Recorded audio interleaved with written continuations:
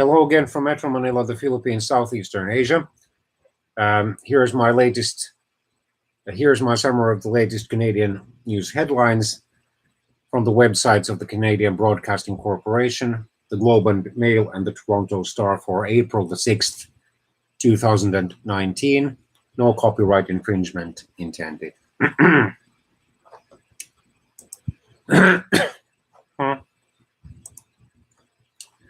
As threat of wildfire grows, British Columbia lets logging debris litter landscape for years.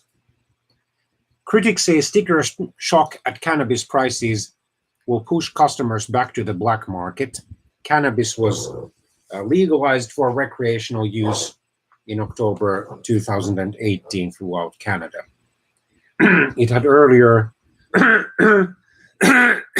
years earlier been approved for medical use. Public Health Agency of Canada says salmonella outbreaks hits 6 provinces and dozens are sick. 63 to be precise. We aren't going to turn the page. Conservatives try again to tie Norman trial to the SNC-Lavalin fallout, and they probably have crass electoral motives. So they want to help raise their popularity in anticipation of their possible or probable victory in the October 21st Canadian federal parliamentary elections, which still months ago they were likely to lose. Then again, a popularity of this kind is fleeting.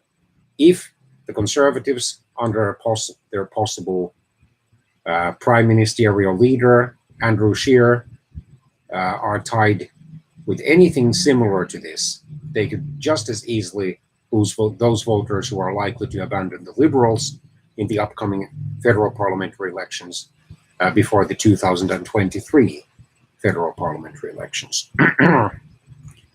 In the wake of shootings, a group updating its security guidelines for Canadian mosques. The town is in for a fight. Collingwood, Ontario man launches lawsuit over coyotes. Canadian Arctic has all the mineral ingredients for prized blue gemstones. Then the Globe and Mail. False promises.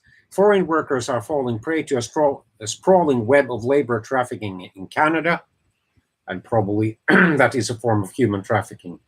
From normal labor to hell, new mothers wonder if they were victims of Moncton nurse accused of slipping pregnant women labor-inducing drug. After almost 50 years on the air, Hockey United Canada godfather Bob Cole hangs up his headset. Collingwood man turns to courts to solve urban coyote issues. A changing government has done little to alter British Columbia's environmental path. School boards believe teacher cuts will be much higher than government estimate of 3,500. Then to the Toronto Star, Canada's largest daily newspaper. RCMP, or Royal Canadian Mounted Police, in Warman, Saskatchewan, searching for 2 missing Indigenous teenage girls. Road safety improvements part of Humboldt Broncos players' legacy in Alberta. 1 year later, memorial service for those killed in the Humboldt Broncos crash. Saskatchewan Premier reflects on own crash ahead of Humboldt anniversary.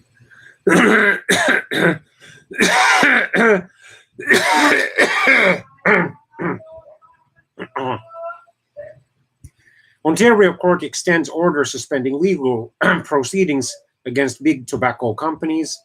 Crown recommends 14 years without parole for Quebec mother who killed daughters. The world will never be the same. 1 year after deadly bus crash, Humboldt is still healing. Alberta couple's vehicle becomes target of election campaign vandalism. Judge dismisses charges against New Brunswick jail guards in the death of Nova Scotia inmate.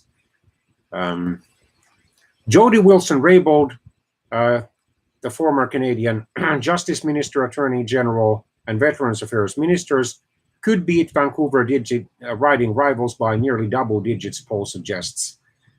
Controversially, on the night of April the 2nd, 2019, she was expelled from the Liberal caucus or parliamentary group in the House of Commons under recommendations by Prime Minister Justin Trudeau, as was another former Canadian cabinet minister, former health minister Jane Philpott. They both had resigned as a result of the SNC-Lavalin scandal.